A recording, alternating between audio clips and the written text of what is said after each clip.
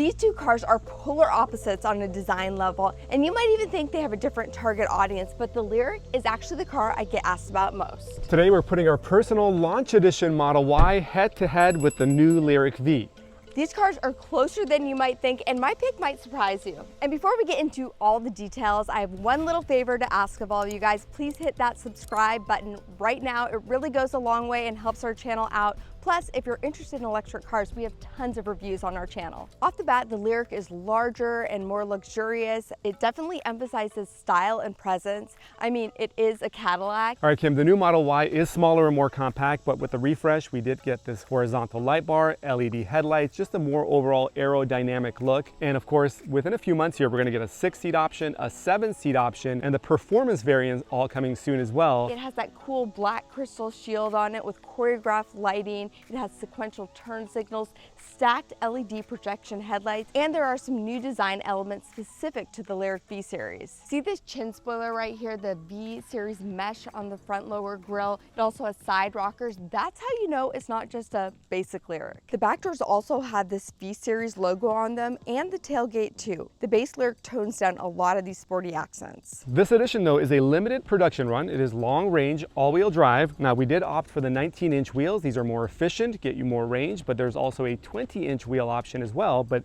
I want to take you out to the back because that's kind of where the most impressive or more distinct design element on this vehicle is. This is the indirect light bar in the back, glows at night. It really gives it that more modern, minimal aesthetic that we've come to love with the Model Y. The launch and performance variants are identified by badging, optional larger wheels, and red brake calipers. On the performance, So I get it, looks are subjective, but for the design category, drum roll please, I picked the Lyriq V because it's more luxurious, it has more of a distinctive look versus the Model Y, which is kind of an understated sporty look. But let me know what you guys think. all right, Kim, I'll give you looks because I'm used to it in the comment section, but with EVs, what matters most is range and charging. And Tesla usually wins in that department because of a couple reasons: native NACS port, and it's in the right spot. Okay, so Cadillac has been pretty slow to roll out the native NACS. We know that it's coming, Optic already has it, and eventually it will be in the Lyriq's lineup, but they do sell an adapter if you plan on supercharging, so you can still supercharge at Tesla superchargers. This is around $225. If you don't plan on road tripping, supercharging doesn't even matter. You can charge at home. Big thanks to Flow for sponsoring today's video. This is the Flow Home X3, and it's the smartest charger for your EV. We have it plugged directly into our NEMA 1450. It's super plug and play, but there's also a permanent hardware setup if you want to do that as well. It's adjustable from 6 to 50 amps, so it easily fits your home's power setup, and it's also backed by a 5-year warranty. It charges up to 12 kilowatts, so you can charge most EVs in up to 8 hours, and you can choose between a J1772 or an NACS. We have 2 Teslas, so we chose the NACS version, but this could easily work for any EV or a plug-in hybrid too, and it's super durable, so you can also use the charger outside. It has a Type 4X enclosure, which means it's good in rain, snow, and extreme temps from -40 to over 50 degrees Celsius. The best part is it has a 25-foot cable, so you can reach just about any scenario. It's also easy to control with the Flow app. Schedule off-peak charging, lock remotely, and track stats in real time. Plus, it's Energy Star certified with overheating sensors, so you get worry-free charging. Check out flow.com for the Flow Home X3. I'll link everything you need to know down in the description below. And remember, when you use our links, you're also helping to support this channel. All right, let's get back to the video. So in terms of battery, it has a 102 kilowatt hour battery. And how that translates is it gets 326 miles on the base Lyriq. This is the V Series, of course, so it gets 285 miles. There is a little bit of a trade-off there when it comes to range for performance. The charger is up front on the driver's side. If you're charging at home or you're using Electrify America or even Iona chargers, no issue at all having it up front. And even the newer Tesla superchargers have a longer cable, so that's not really a huge issue anymore, PJ. In terms of charging, it gets 190 kilowatts, which means it gets 90 miles in 10 minutes. So yes, I will give that one right there to you, PJ. With the Lyriq, it does come with mobile charging cables, where with Tesla, you have to buy that cable. All right, good luck with that, Kim, because I've got a smaller battery pack, about 20% smaller, 81 kilowatt hours. That's probably the only time a guy will brag about having something smaller right there. Yeah, but you know what? It's 20% smaller, 81 kilowatt hours, but 357 miles, that's for the base version. Our launch edition, that's 327 miles. The performance variant's coming later this year, probably going to be about 300 miles of range. And of course, with the Tesla, you've got a native NACS port here on the rear driver's side. With this, you get 250 kilowatt peak charging rate. It's about 160 miles in 15 minutes. But yes, you do have to buy your own charging cable with the Tesla if you're charging at home. But when it comes to public charging, it's a breeze. So winner in this category of charging and range, I think Tesla runs away with it. The next category is interior styling. Efficiency is nice and all, but they always say it's what's on the inside that matters most.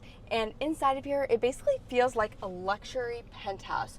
We have a 33-inch curved LED display with 9K resolution. There's a driver interface as well as your infotainment, which comes with Wi-Fi, Apple CarPlay, and then we also have these beautiful Napa leather perforated massaging seats, and we have metal accents.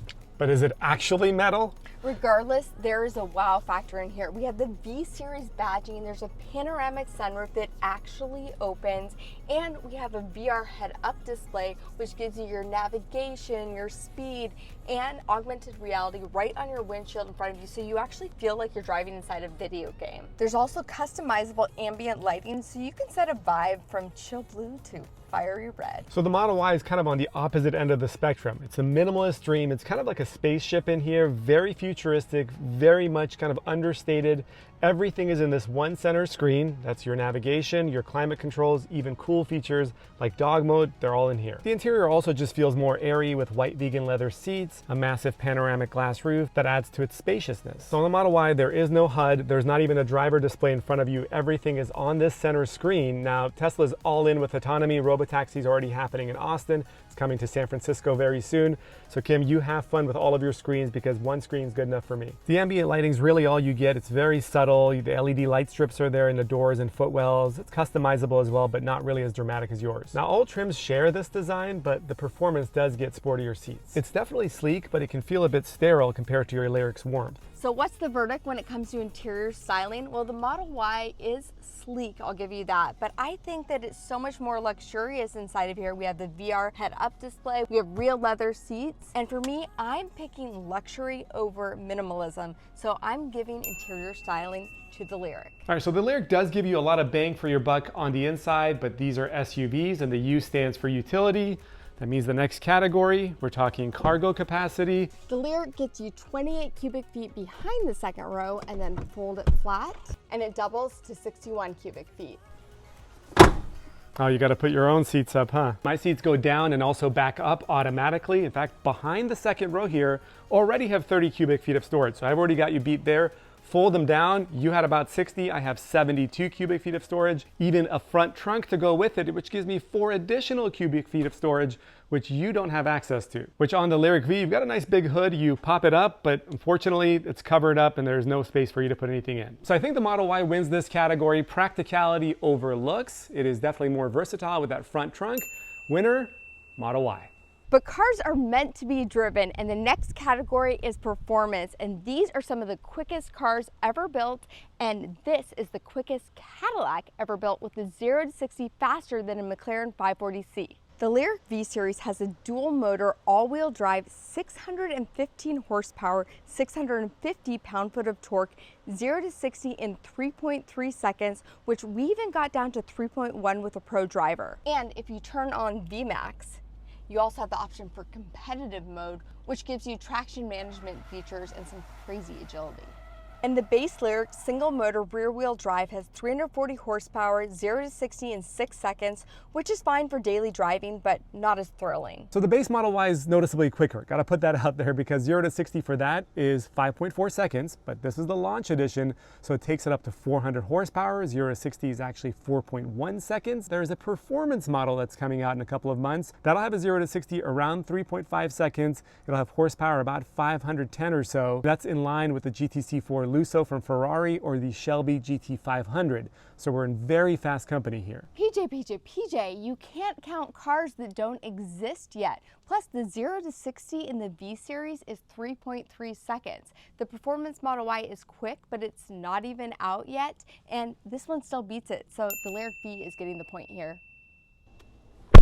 The next category is the drive. We're talking ride comfort, handling, and that overall feel. The Lyriq V Series rides like a dream. It's smooth, quiet, and that V Series tuned suspension. It's a nice balance between comfy and sporty. So my Model Y's got a different vibe completely. The base model has a softer suspension. It's definitely not as sporty, but here in this all-wheel drive launch edition with 2 motors, you're able to get a lot better grip and handling, better traction, better around the corners altogether. Now, Tesla's performance models typically stiffen the suspension up. It makes it super agile in cornering, but sacrifices comfort a little bit more. And the final verdict, for me, the Lyriq V is the winner. It's got that luxurious, smooth ride and just enough sportiness to keep things fun. Next category, and in my opinion, the most important category, which is real world use. How does it compete when you have to haul your kids around? And what about those safety features? In the Lyriq, you get 41 inches of front legroom and 40 inches in the rear. Plenty comfy for those car seats, and you get the basics like automatic emergency braking, forward collision alerts, and Super Cruise for hands-free highway driving. The panoramic roof in here that opens up and the premium audio with the AKG speakers really creates this vibe inside of here. Plus, there's a Wi-Fi hotspot, which kids love, and they're not stealing all of your data. The touchscreen is incredibly intuitive. There's a dial down here if you don't want to be touching it, and you have Google Assistant to help utilize those safety features. The Model Y, though, is a family lifesaver. Up here in the first row, 42 inches of legroom, a little bit more than the Lyriq. Back in the second row, 41 inches of legroom, again, slightly more than the Lyriq. And there's that optional 3-row 6-seater or maybe even 7-seater that are in the works as well. You get autopilot standard, and you can upgrade to full self-driving, which works in just about anywhere in North America. And of course, you have a 5-star safety rating as well. And of course, nobody does entertainment and UI implementation quite like Tesla in this 15-inch center screen. You've got dog mode, you've got Sentry Cam, a 7-inch screen in the back, which has Netflix, Hulu, YouTube, video games, and the car farts, so the kids just overall have a lot of fun with it when it comes to family usability. So I think the Model Y wins this category. The plush interior of the Lyriq is definitely nice, but for family practicality, it's the Tesla. Now, I know we kind of touched on this earlier, but self-driving definitely deserves its own segment because who doesn't love a car that can take the wheel sometimes? The Lyriq's got Super Cruise, hands-free on over 600,000 miles of mapped highways in the US and Canada. It handles steering, braking, and acceleration all for you. The V Series also adds enhanced lane changing, and honestly, it's really good, especially in those situations where you just want to take a break from driving. So yours is decent, but mine is arguably one of the best on the market. Autopilot, by the way, is standard on all Teslas across the board, regardless of trim,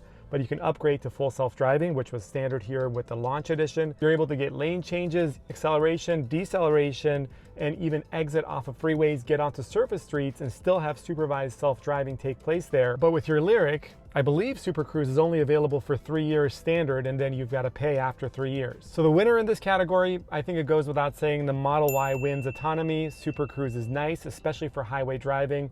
But if you want all in, if you want to get off the highway, get into city streets, it is full self-driving all the way. Last but not least, this is the final tiebreaker. Get out your checkbooks because we are talking price. The base Lyriq starts at $60,000. It's a rear-wheel drive. You get 326 miles, which is a good deal for a luxury EV. Now, the V Series that we have over here starts at $80,000. You get 285 miles of range and 600 horsepower. It's pricier, but you do get a lot for that price. So it's hard to beat the Model Y when it comes to value because the base model starts at $45,000 but gets you 357 miles of range. You upgrade to an all-wheel drive version or the launch edition in my case, which includes everything, and that's at $65,000. That comes with full self-driving, and that also gets you 400 horsepower and 327 miles of range. And then you can even go one step above that and get into the performance tier. That starts at around $70,000. Usually you're going to be in the mid threes for 0 to 60. So again, the 0 to 60 is comparable to what the Lyriq gives you. The range though is above it at over 300 miles. But this is where I said it's really hard to compare because that extra $10,000 really gives you so much more. It's a different class of vehicle. It's a luxury vehicle. You get all the bells and whistles, the interior, the exterior lighting, so much more for that.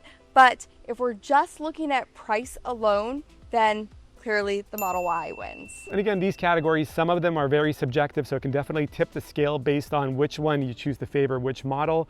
To me, I think overall, when you look at everything that you have for a family SUV, if you're favoring a luxury setup, you lean in towards that one. If you're favoring some premium features, certainly, but not all luxury, but you get, again, more bang for your buck out of the Model Y. I agree with PJ 100% on that. It really depends on what is more important to you when you're looking at these features, what you value more, and how you plan to use your car. So comment down below, what are those key things that you are looking at when you are making a car buying decision. Thank you guys for watching. We've made so many videos about both of these cars on our channel, so check some of those out if you want to do more of a deep dive on either one of the cars. Thanks, and we'll catch you next time.